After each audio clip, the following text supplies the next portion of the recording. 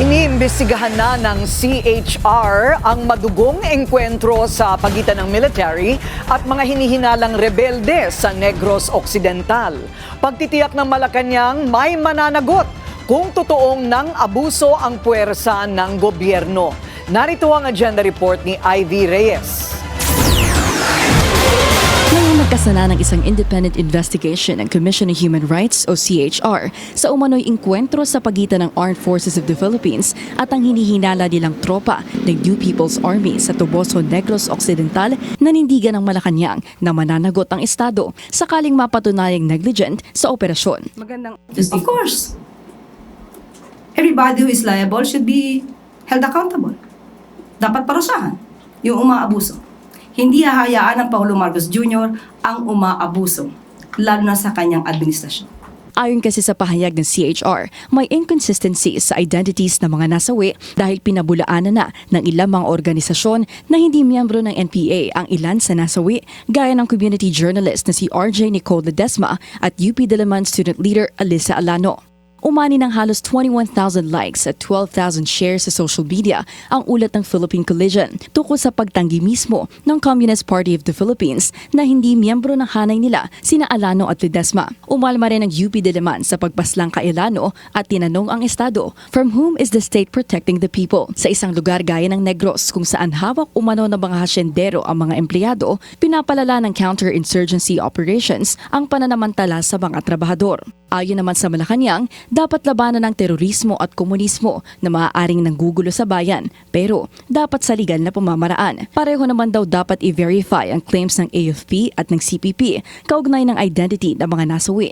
Pero paalala ng CHR, in cases of doubt, persons shall be presumed civilians. At dahil may aligasyon daw ng unlawful killing at human rights violations, kinailangan daw nilang magkasa ng investigasyon. Nanawagan ng CHR sa lahat ng panig na makipagtulungan sa investigasyon, panatilihin ang mga ebidensya at manatiling sumunod sa international humanitarian law.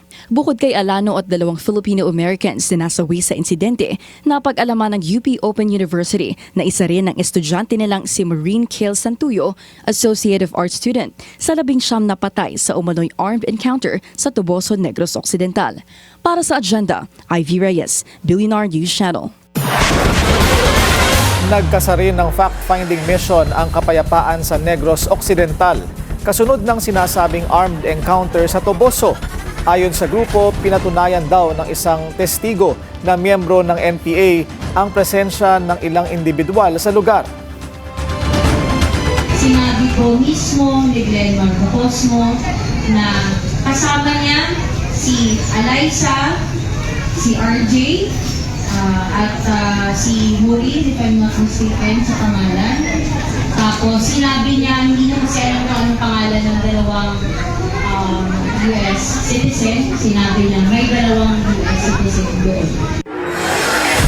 Nilinaw naman ng isang local official na wala silang natanggap na anumang dokumento o pahintulot para sa research mula sa mga nasabing individual.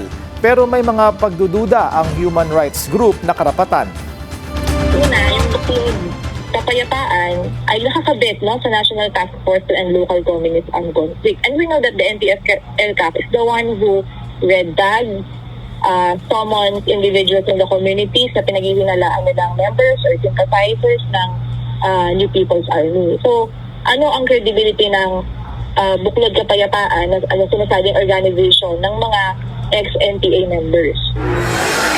Panawagan ng human rights lawyer ang independent at impartial investigation sa nangyari umanong engkwentro. Manatiling nakatutok sa Billionaire News Channel, sumubaybay sa aming social media accounts at mag-subscribe sa aming YouTube channel para sa mga eksklusibong balita at storya.